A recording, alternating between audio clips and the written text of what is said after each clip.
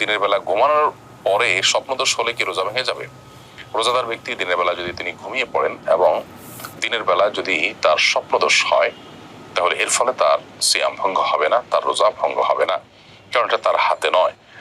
তবে ইচ্ছাকৃত বীর্যপাত ঘটালে সেটি অবশ্যই রোজা ভঙ্গের কারণ হবে, স্ত্রী সবাসকৃত রোজা ভঙ্গের কারণ হবে, সেটি বলাই বাহুল্য। কিন্তু স্বপ্নদোষ হলে যদি বীর্যপাত হয়ও, তার ফলে তার রোজা ভাঙবে না, তবে গোসল ফরজ হবে, সেই হিসাবে তিনি গোসল করে নামাজ আদায় করবেন। মনিরুজ্জামান আপনি লিখেছেন, আমার গ্যাস্ট্রিকের প্রবল সমস্যা রয়েছে, এপ্রিল মাসে আমার এসএসসি পরীক্ষা, আমি যদি রোজা রাখি তাহলে আমার অসুস্থ হওয়ার সম্ভাবনা রয়েছে, এই অবস্থায় যদি আমি রোজা না রাখি তাহলে কি আমার পাপ হবে? ভাই মনির, আপনার গ্যাস্ট্রিকের যে সমস্যার কথা আপনি বলেছেন, এই সমস্যার অজুহাত দিয়ে আপনি রোজা না রাখার স্কোপ আসলে নেই। বিশেষ করে আপনি এসএসসি পরীক্ষার জন্য আপনি বলেছেন রোজা রাখবেন, পরীক্ষার জন্য রোজা না রাখার কথা আপনি জিজ্ঞেস করছেন পরীক্ষার অজুহাতে। গ্যাস্ট্রিকের অজুহাতে, পরীক্ষার অজুহাতে রোজা না রাখার কোনো স্কোপ নাই। আপনার যত কষ্টই হোক আপনাকে রোজা রাখতে হবে। এমনকি অসুস্থ হয়ে গেলে অসুস্থ হয়ে যাবেন, গ্যাস্ট্রিকের সমস্যার কারণে অসুস্থ হয়ে আপনি মারা যাবেন, এই পর্যায়ে যাওয়ার আশঙ্কা তো একেবারেই ক্ষীণ, অঙ্গহানি হয়ে যাবে, এরকম কোনো সম্ভাবনা নেই বললে চলে। এই জন্য কোনো অবস্থাতেই আপনি এই অজুহাতে রোজা না রাখার স্কোপ নাই। এটা ইসলামের গুরুত্বপূর্ণ একটা ফরজ, অন্যতম একটা রোকন বা স্তম্ভ, বিধায় ঠনকো অজুহাতে এটা পরিহার করবার কোনো স্কোপ নাই। রুলিয়া রহমান আপনি লিখেছেন, আমি সূচিবায়ু রোগে আক্রান্ত, সবকিছুতেই পবিত্রতা নিয়ে সন্দেহ হয়, এ নিয়ে আমার স্বামীর সাথে আমার ঝগড়া লেগেই থাকে। আমার প্রশ্ন হলো, মিন্স হলে টয়লেট করার পর কিছু ধরলে কি সেটা নাপাক হয়ে যায়?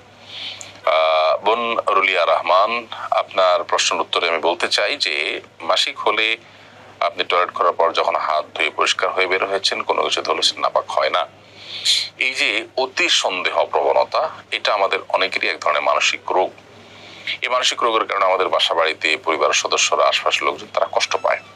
মানুষের কষ্ট দেওয়া না যায়, সেজন্য আপনার এই সন্দেহ প্রবণতাটা, যেটা আপনার কাছে আপনার নিজের ভালো মানসিকতা মনে হয়, আপনার ভালো মানুষ মনে হচ্ছে নিজেকে যে আমি অনেক বেশি সচেতন সতর্ক, আসলে সেটা অন্যের অধিকার নষ্ট করছেন, অন্যদের বিরক্তির কারণ হচ্ছেন, আপনি এতে আরো গুনাহে লিপ্ত হচ্ছেন। তো এখান থেকে আপনার মোটিভেশন নেওয়া উচিত। সেই সাথে বিশেষ করে এগুলো রোকিয়া রিলেটেড সমস্যা থাকে, সেক্ষেত্রে আপনি রোকিয়া করাতে পারেন, ভালো কোনো রাখি দিয়ে রোকিয়া করাতে পারেন, সেলফ রোকিয়া করতে পারেন। ওয়াসওয়াসার রোকিয়া লিখে সার্চ দিলে আপনি হয়তো অনেক অ্যাডভাইস পেয়ে যাবেন। সে আলোকে আপনি যদি ঝাড়ফুঁক করেন, আশা করা যে আপনি সুস্থ হবেন। সেই সাথে আপনি কোনো এই জন্য কাউন্সিলর দিয়ে কাউন্সিলিং করতে পারেন। মোহাম্মদ ফিরোজ আপনি লিখেছেন, রমজানের কিছু আমল বলুন যা রাসূল আকরাম সাল্লাল্লাহু আলাইহি ওয়াসাল্লাম করতেন।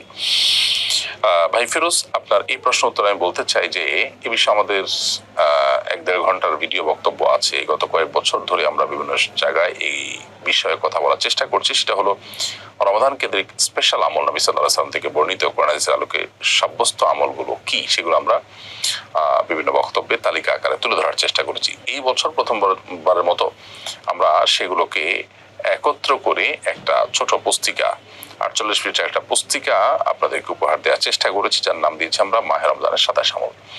এই বইটিতে আপনি পুরো রমজান জুড়ে কোরআন সুন্নাহর আলোকে রমজান স্পেশাল কি কি আমল করবেন তার সবগুলো কিন্তু সেখানে পেয়ে যাবেন। খুবই সংক্ষেপে, খুব যা না বললে নয় সেটুকু ব্যাখ্যা করে আমরা এই বইটাকে লেখা শেষ করেছি। তো এই বইটা আপনার পাথেয় হতে পারে এবং আপনার এই কাজে সহযোগী হতে পারে ইনশাআল্লাহ তাআলা।